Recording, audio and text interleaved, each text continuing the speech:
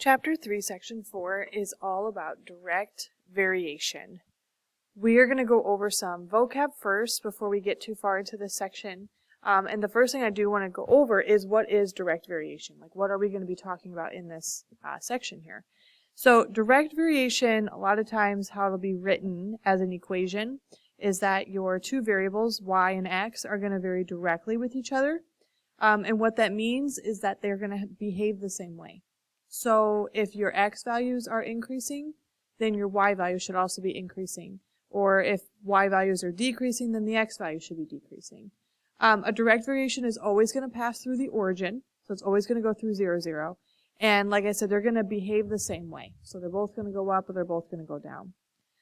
Direct variation looks like slope-intercept form. It's just written, though, as y equals mx, like there is no plus b after it. So the reason that it always goes through the origin is because there's no plus or minus number that would cause it to start at a different spot on the graph. Like it's always just going to pass through 0, 0 because the b, the y-intercept, is 0, 0. Constant of variation is another way to think about slope. So similar to how we talked in the past about rate of change and how rate of change was used to describe slope. Constant of variation is the same thing. It's just a different way of talking about it, depending on like kind of the situation that you might be looking at or the type of problem that you might be dealing with. So, for example, you might have y equals 5x as the equation given to you, and the constant of variation is going to be that 5.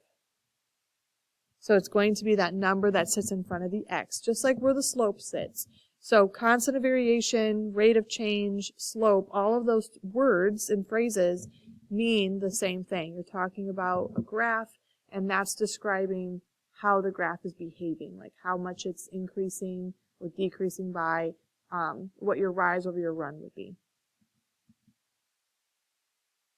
Let's take a look at this first example.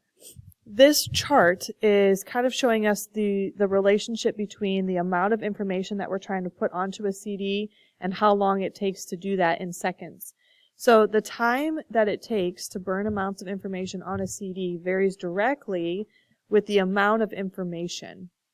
We want to write and solve an equation to find how long it will take to fill a 700 megabyte CD. So this chart doesn't show me a 700 megabyte CD because it only goes to 30. So 700 would be way off to the right. And so I would need a much bigger graph here to be able to see how long it would take for us to do that.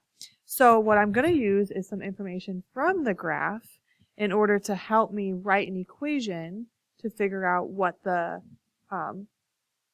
equation would look like for this line that I can then use to help me figure out how many seconds it would take to do a 700 megabyte CD.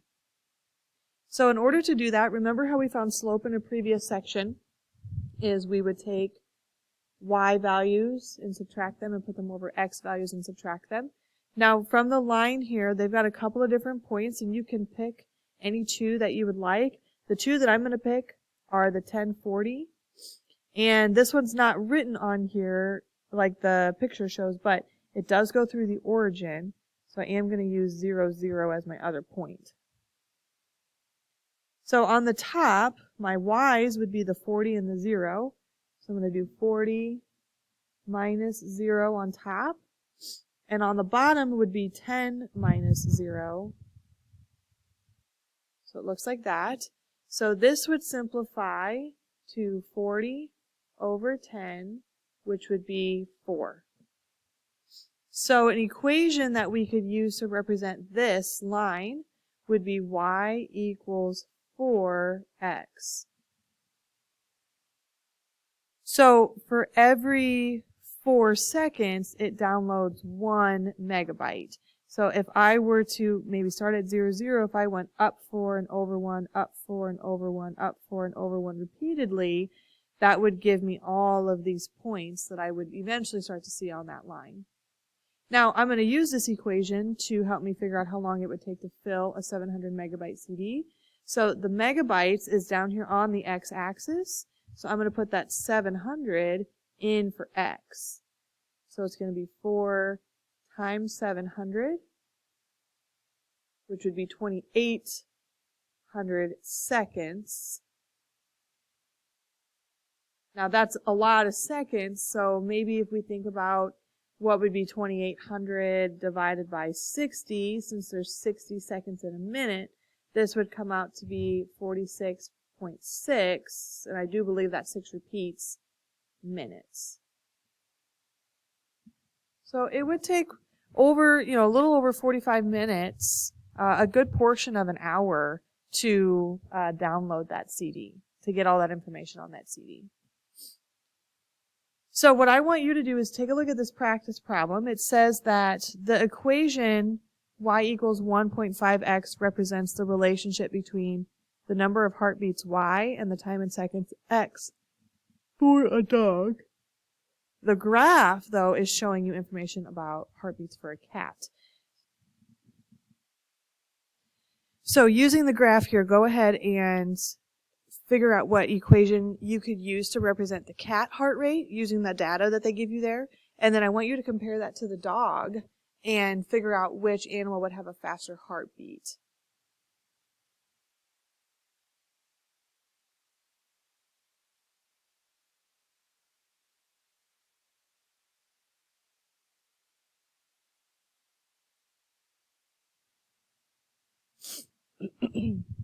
So what I did for this one is I grabbed 2 points.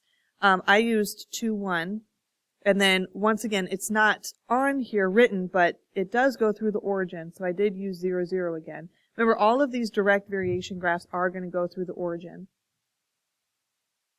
So on the top, I'm going to put 2 minus 0, and on the bottom I did 1 minus 0, so that's simplified to just 2.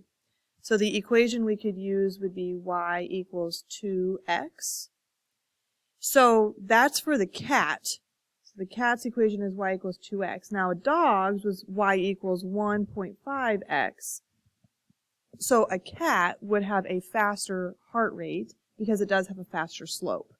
So to kind of follow up here, I would say cat has faster heart rate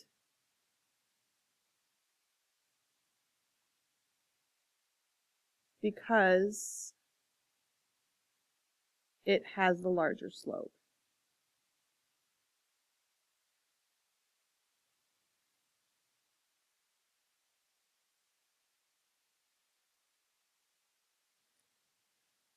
Okay, so now we kind of know what a direct variation looks like as far as the equation. Let's take a look at how you would actually graph a direct variation. Now they're going to give you an equation like this one that says y equals 3x. So this is very similar to like what we had for slope-intercept form. You're just not going to have a b stated in the equation. The b would be 0 because you would have like plus 0 after that 3x. Now one way that you could think of this if you needed to make yourself a table of values is you could set up an xy table and you could pick some points for x, and they could really be any points. So to get a good range, I usually do like -3 to +3. And you would be taking all of these x values and you would be plugging them into the equation up here. So you would be taking 3 times -3 and 3 times -2 times -1 and so on to fill out your y side of the chart here. So you would get -9, -6, -3, 0, 3, 6, and 9. So then to graph, and when you graph something like this, you may not be able to fit all of those points on there because some of the numbers do get to be a little bit on the bigger side. So I'm going to just kind of start at 0, 0, and then we've got 1 is at 3, -1 is at -3, and I don't even have room to necessarily do 2 and 6 because 1, 2, 3, 4, 5, I could do the +1, but the -1 is going to be way down here. But as long as you kind of get some of those points graphed, then you should be able to draw your line. Now if you think about how we graphed these back in section 1 with slope-intercept form, your b was 0, so you started at b, and you use your slope of 3 over 1. Your b was at 0, so if you started here and you count up 1, 2, 3, and over to the right one, you're at that same point that I had from my table. So either way to graph, whether you're still going to be using kind of your slope-intercept form or by making yourself a chart of values here, will work for you to create the graph for that direct variation. So I want you to try the practice problem.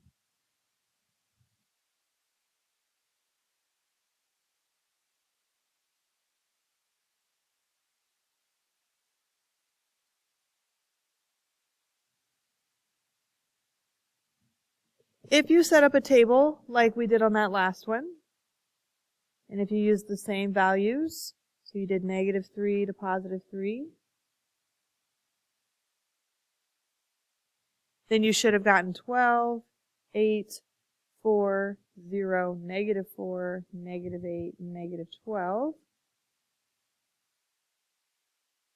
And again, I'm not going to be able to fit all of these points on here. But there would be 0, 0, 1 is at 4, -1 is at -4. And then, again, if you had space like in your notes, I know those graphs are a little bit bigger, you can maybe fit on the 2, 8, 2, -8, and -2, +8. But that's what that graph should have looked like.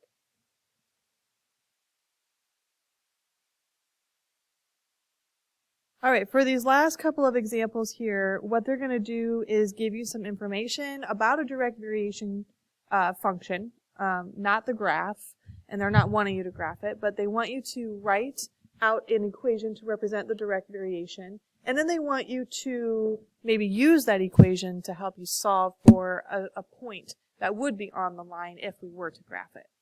So, for example, they're saying that y varies directly as x. They want us to find the constant of variation if y is equal to 5 when x is equal to 3. So remember that all of these equations that we've been dealing with today took on this form, y equals mx. In order for me to find the constant of variation, so they're asking you basically here, they're asking you to find the slope, or find what m would be in your equation. So I'm going to use that y and that x that they gave me. So the y was 5, so I'm going to put 5 in for y, and then I have my m, and then in for x I'm going to put a 3. So it looks like this. Now to solve for m, I need to get rid of that 3. They're being multiplied currently, so I'm going to divide both sides by 3. So those 3's cancel. So my constant of variation would be 5 over 3. And I'm going to go ahead and leave it as a fraction there. So there's your slope. There's your constant of variation. Now there's a follow-up question here that says, let's use it to find x if y is equal to 4. So remember, all of these equations took on that form y equals mx. So we'd have y equals 5 over 3 x, because I'm just taking that slope that we just found and just rewriting the equation. And so they're asking us to find x if y equals 4. So using this equation here, I'm going to put 4 in for the y and set that equal to the 5/3 x. To get x by itself, I need to get rid of this fraction. And to do that, we like to multiply by the reciprocal, so 3 over 5. And when I do that over here, the 5 over 3, the 3 over 5's cancel. That's how I get x alone. And then you would have 3/5 times 4, which would be 12/5. And I leave it as a fraction there. So there would be your x value.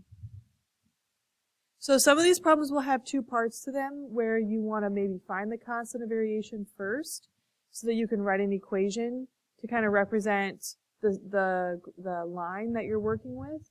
And then they may ask you to solve for either x or y, depending on what information they give you, using that constant of variation that you had just found. So go ahead and try to do this practice problem.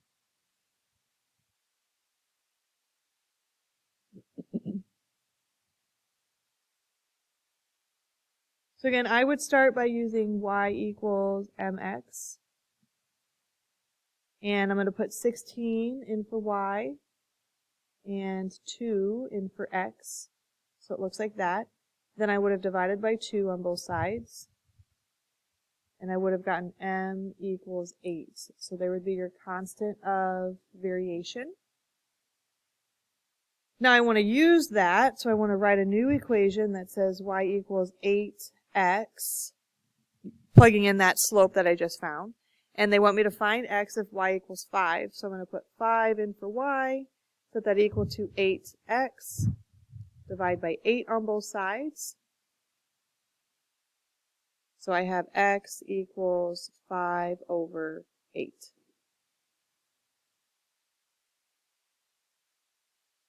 We've got one more practice problem here, and I want you to go ahead and try this one as well, but be really careful on that second half because they are asking you to find y instead of finding x.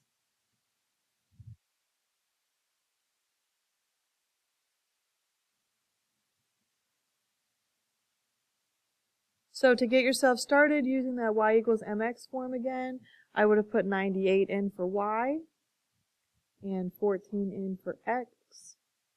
Divide both sides by 14. So I got m equals 7 for the constant of variation.